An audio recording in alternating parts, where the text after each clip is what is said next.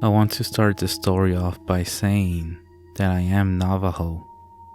I live in Utah, and growing up, my family never mentioned skinwalkers or witches to me, so I know nothing about them.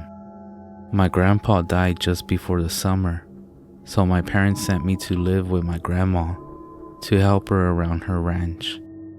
For company, I brought my cat along with me. He was an orange tabby. We had only been there 2 weeks when my cat went missing.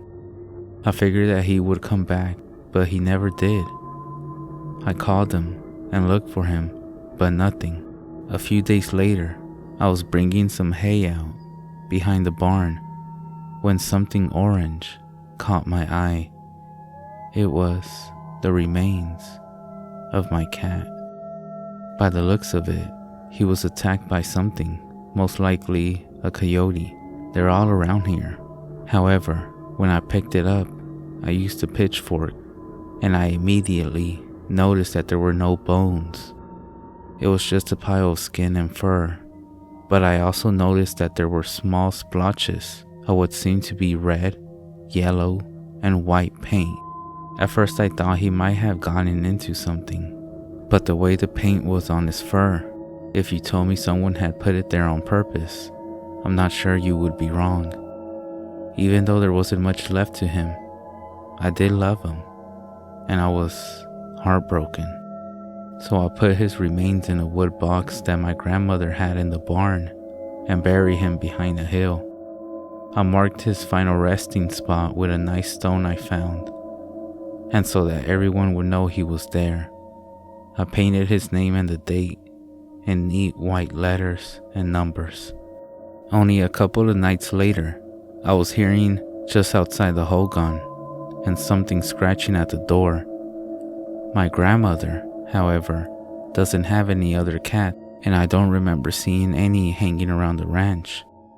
Regardless, I go over and open the door, or at least look out, and each time there was nothing.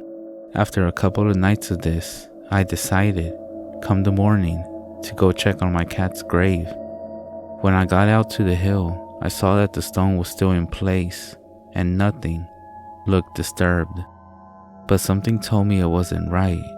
I went back to the barn for a shovel, and came back and carefully dug up the grave. I removed the box, and before opening it, said a little prayer. When I took off the lid, you can imagine my surprise when his fur and skin were gone, and instead, the box now contained his bones. At least I thought they were his. I just couldn't believe it. I know for a fact that when I buried that box, it was with fur and skin and not a bone in sight. I wish I could say that this incident was the only strangeness that I experienced while living there, but it's not. As a result, my respect for the Navajo Nation, what the elders say, and for skinwalkers has now grown. I'm not saying I was involved with one, but now I really believe and know why our elders don't talk about them. What I will tell you is, don't seek them out. Stop researching about them. Stop thinking about them. You're basically inviting them into your life, because even with small attention that you give them, they will come looking for you.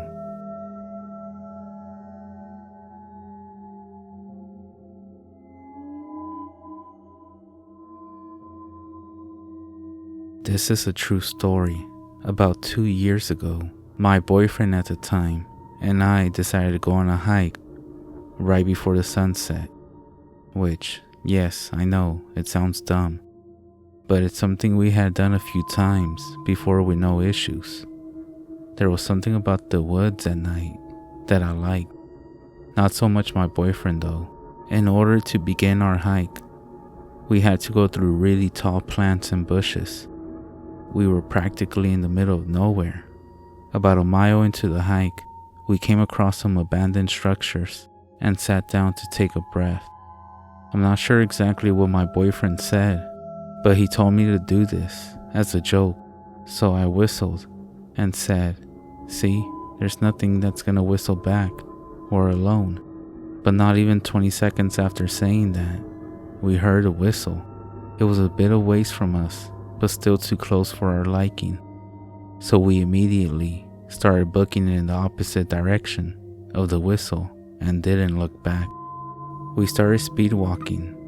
After running for as long as we could, we realized we were lost. We wandered around for about 10 minutes before we stumbled across some train tracks that led back into town about a mile or two down the way. It's also important to note that these tracks had thick woods lining both sides. The right side is where we came from. At this point, we're walking as we had run out of energy and felt safe. We were wrong to assume that we were safe though. We got to the point where we could see the lights from town, maybe a quarter to half a mile away.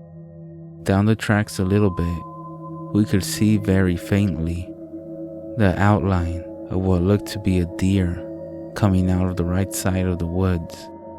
It stopped in the middle of the tracks and just stood there. I attempted to shine my flashlight on it, but as soon as I lifted my light, it fled. Now, I say fled because ran would not have been an accurate way to describe the way it moved. The best way I can describe it is that it looked like it had 4 broken legs and its body was very low to the ground. Yet, it had unbelievable speed. It almost looked like a bent and twisted monster out of a scary movie. I shined my light into the woods to the left of us as to the direction where it had ran, and when I did, I wish I hadn't. I saw 2 glowing eyes that looked to be at least 10 feet in the air. My boyfriend then said, "What the fuck is that?" in a very concerned tone. I told him, "I don't know. Don't look at it, just run." And we ran and ran until eventually we reached town and walked back home. All of this happened about 2 years ago, and I have tried to come up with a logical explanation after explanation of what I saw that night, and still to this day I can never find a solid, logical answer other than it being something paranormal. I refused to believe what I had seen for a long time, but I know what I saw, and I know I'm not crazy, as there was another person that witnessed the same thing as me. My boyfriend, though, never spoke of it again, and also refused to speak about it when I would talk about it. I never went hiking, or never will go hiking at night after that day.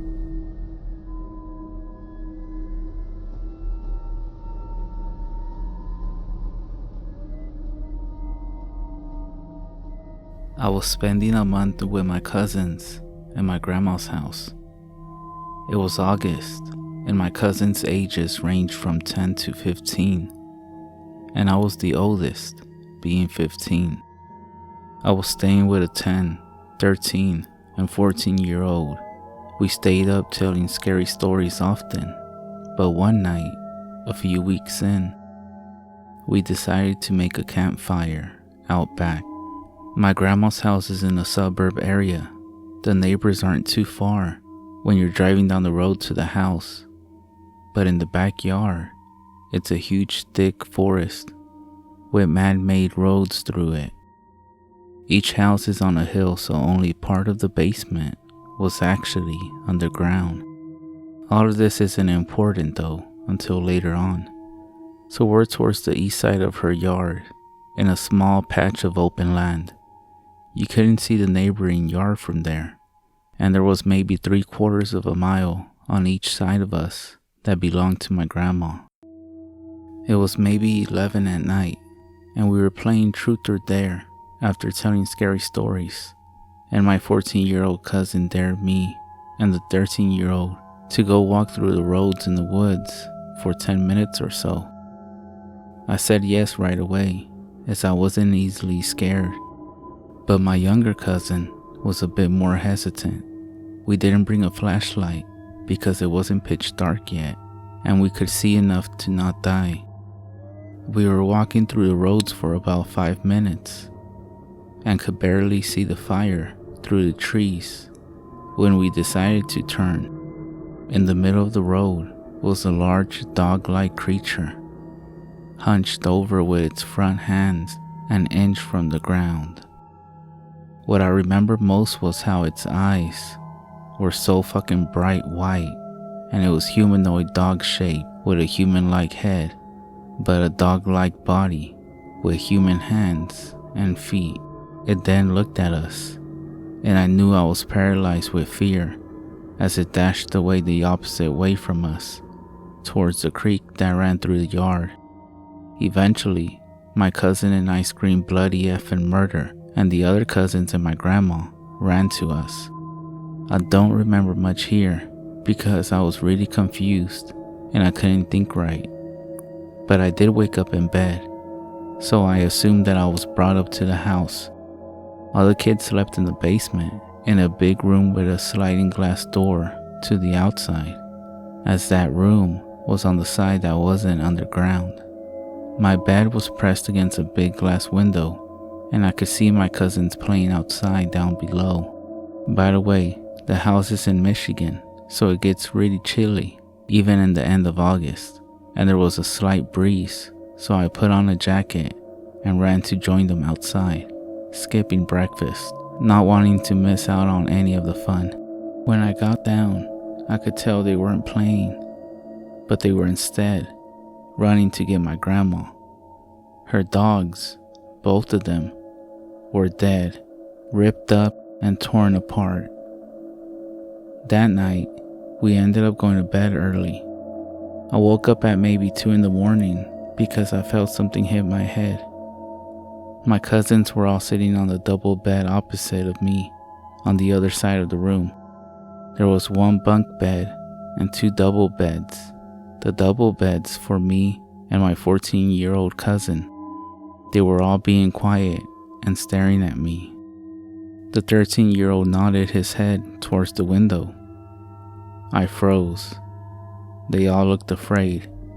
I turned my head slightly to the side, and I saw a really messed up looking face pressed to the window with gaping eyes looking down at me.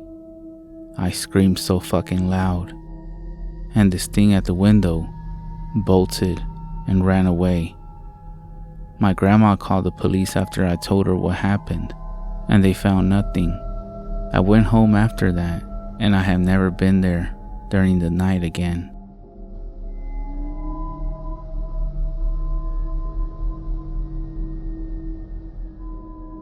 This didn't happen to me, but to a very close friend of mine. I heard a lot about coyotes and skinwalkers, and had a weird experience or two with coyotes.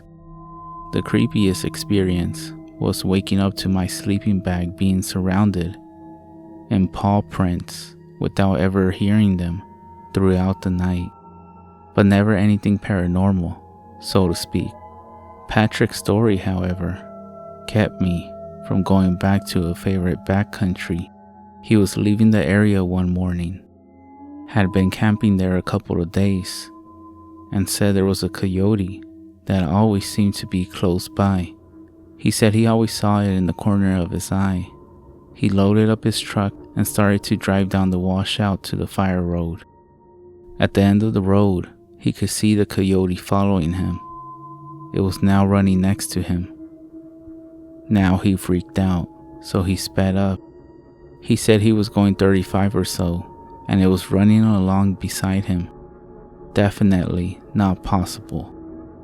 When he looked back, the coyote was now running on 2 legs and was wearing what Patrick said looked like a pair of pants made out of the skin of a buck. Patrick then stepped on it even more, and then not even 3 seconds passed, and he looked back to see if he was being followed, and all he saw was a person wearing a coyote fur, keeping pace with his truck now. When he looked again, it was now gone. We never went back to that area after that again.